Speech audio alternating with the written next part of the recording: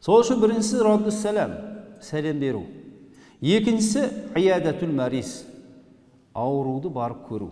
Bir бауырымыз ауырып қалса, соның халінен хабар алып, ауруды зиярат ету.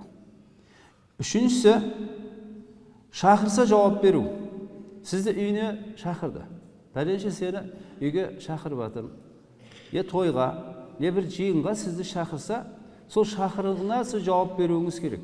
Бар дейді Пайғамбар алейхиссалам. Сені шақырды ма? Бар дейді. Шақырған жерге бару керек, шақырмаған жерге барма деп халқымыз айтқандай өте бір орынды мақал бар. Сөздері бар, дана сөздері. Шақырған жерге бару керек, шақырған жерден қалма, шақырмаған жерге барма деп, міне сол аталарымыздың сөзі осы негізі хадистен келген. Міне сол үшін шақырған жерге бару керек. Шақырмаған жерге бармау керек. Шақырмаған жерге бару ол әдепсіздік болады. Одан кейінгісі, төртіншісі ташмитул атис, түшкірген адамға жақсы тілек дұға айту. Біреу апчух деп түшірсе, алхамдулилля деу керек. Неге? Өйткені Алла субхана тағала түшкіру арқылы сізге үлкен жақсылықты беріп жатыр. Қазір айтып өтеміз оны иншалла.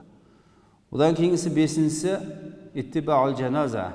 Дүниеден өтсе, мұсылманға барып, соңғы сапарына дұға тілеп, Алладан рахмет, пайғамбардың шапағатын тілеп, соңғы сапарына күзету мұсылмандағы ақысы екен.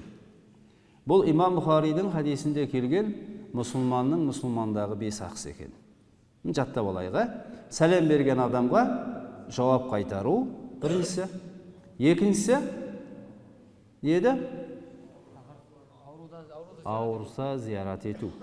Үшіншісі шақырған жерге бару. Төртіншісі молодец, түшкірген адамға ахчух деп алхамдулилля десе, ярхамукаллах деп оған айту.